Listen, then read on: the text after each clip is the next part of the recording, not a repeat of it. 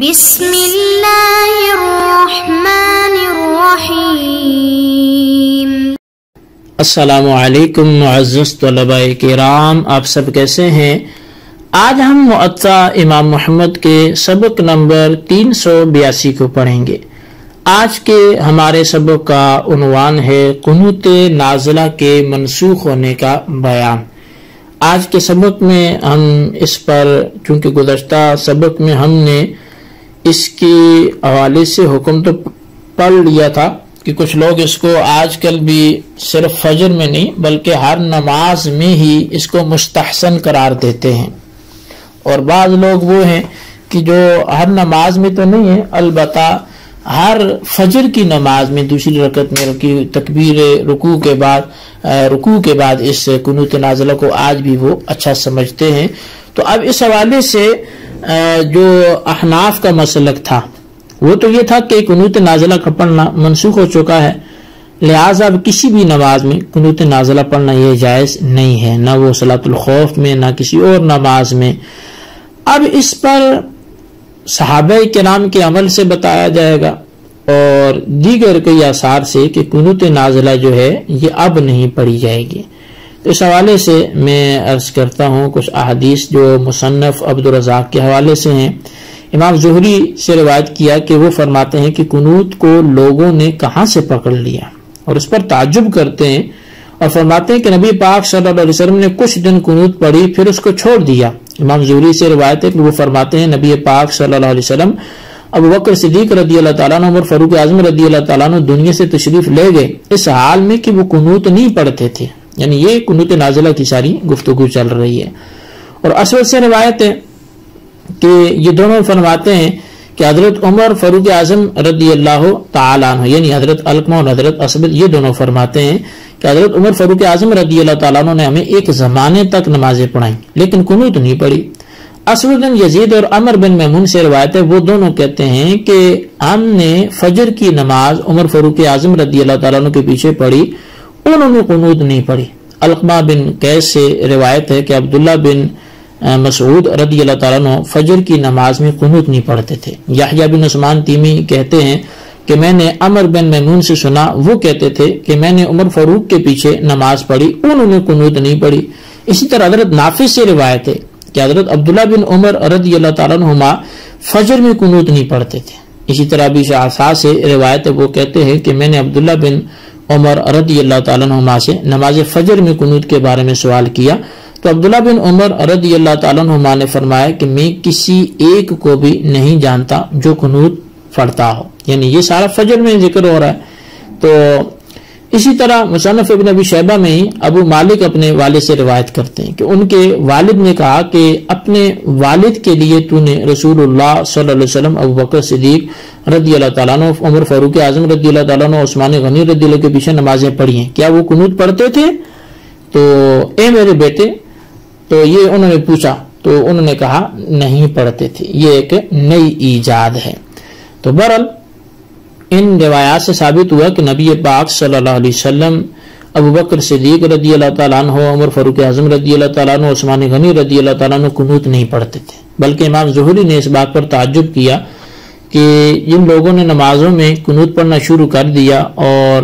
دوامی عمل بنا لیا ہے، یہ عمل انہوں نے کہاں سے اخذ کر لیا ہے؟ نبی پاک صلی اللہ علیہ وسلم نے تو چند دن قنوت پڑھی اور پھر اس کو چھوڑ دیا، تو ان لوگوں کا دائمی عمل کہاں سے ماخوذ ہے؟ اور صحابہ کرام رضی اللہ تعالیٰ عنہم میں بہت بڑے مجتہد عبداللہ بن عمر ہیں، عمر فاروق اعظم ہیں، عبداللہ بن مسعود ہیں، ان میں سے کوئی بھی قنوت کو نہیں پڑھتا تھا، بلکہ عبداللہ بن عمر نے تو یہاں تک کہہ دیا کہ میں تو کسی ایک صحابی کو بھی نہیں جانتا جس نے فرض نمازوں میں قنوت پڑھنے پر دوام اختیار کیا ہو۔ اور مصنف ابن ابی شیبہ کی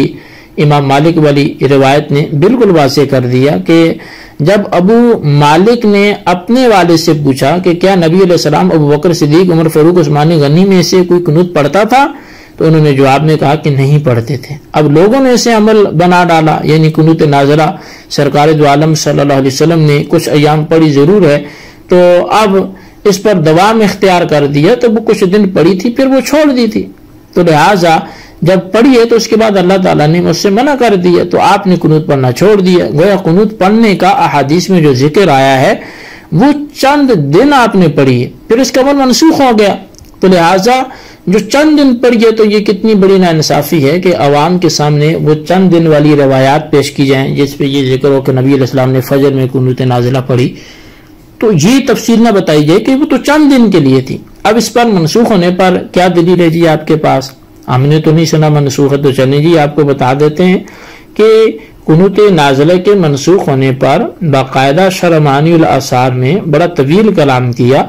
اور اس کی منسوخیت پر دلائل بیان کیے ہیں۔ حضرت عبداللہ بن مسعود رضی اللہ تعالیٰ عنہ سے روایت ہے کہ رسول اللہ صلی اللہ علیہ وسلم نے 1 ماہ قنوت پڑھی، نہ اس سے پہلے پڑھی نہ اس کے بعد پڑھی۔ امام طحاوی ذکر کر رہے ہیں۔ اسی طرح عبداللہ بن مسعود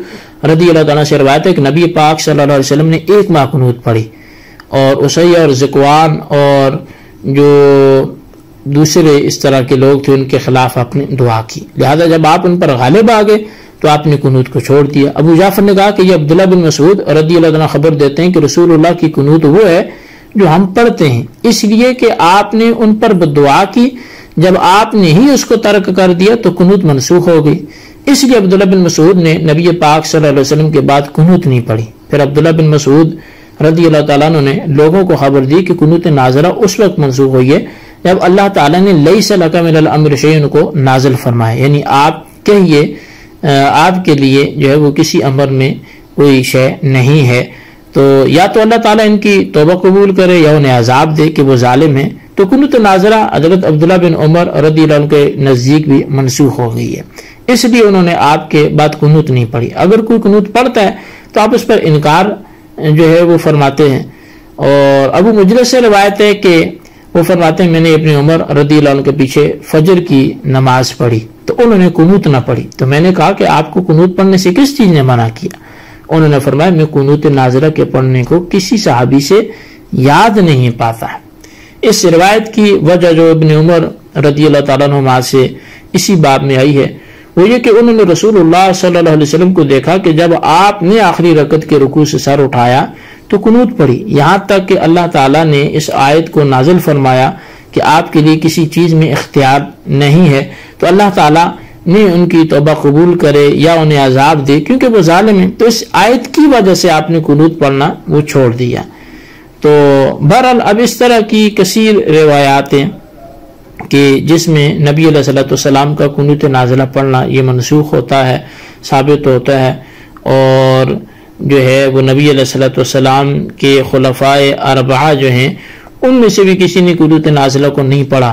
تو امام طحاوی کی اس وضاحت سے یہ بات واضح ہوتی ہے کہ رسول اللہ صلی اللہ علیہ وسلم نے قنوت نازلہ کو صرف چند روز پڑھا ہے، نہ اس سے پہلے پڑھا نہ ہی اس کے بعد پڑھا۔ پہلے نہ پڑھنا تو واضح ہی ہے کیونکہ بدعہدی سے پہلے بددعا کرنا بے معنی ہے، اور اس واقعے کے بعد بھی صرف چند روز پڑھنے کے بعد آپ نے قنوت نازلہ جو ہے وہ چھوڑ دی، یعنی کچھ دن پڑھا 1 ماہ تک اور پھر آپ نے چھوڑ دیا، اور خلفائے راشدین نے بھی اس کو پھر اس کے بعد نہیں پڑھا۔ قنوت کے پڑھنے کی وجہ یہ ہو سکتی ہے کہ نبی علیہ السلام نے قنوت نازلہ کو پڑھا تو جب کثیر حدیث میں آ چکا کہ لیس لک من الامر شیء کے نازل ہونے پر آپ نے قنوت نازلہ کے پڑھنے کو چھوڑ دیا، تو اس کا واضح معنی یہی ہے کہ قنوت نازلہ کا پڑھنا منسوخ ہو چکا ہے، اب اس پر اور کیا ہو سکتا ہے؟ البتہ اب کوئی بندہ اعتراض کرے جی کہ دیکھو سائے سے معلوم ہوتا ہے کہ نبی علیہ السلام کے قبضے میں کوئی چیز نہیں ہے اور نہ ہی اللہ تعالیٰ نے آپ کو کوئی اختیار دیا ہے، تو یہ اصل میں نبی علیہ السلام کے لیے اختیار ثابت کرنا کسی معاملے میں تو یہ کیسے درست ہو سکتا ہے؟ تو اصل میں جو بات ہے وہ یہ ہے کہ معاملات کو، آیات کو، ان کے سیاق و سباق کو سمجھا جائے۔ اللہ تبارک و تعالی نے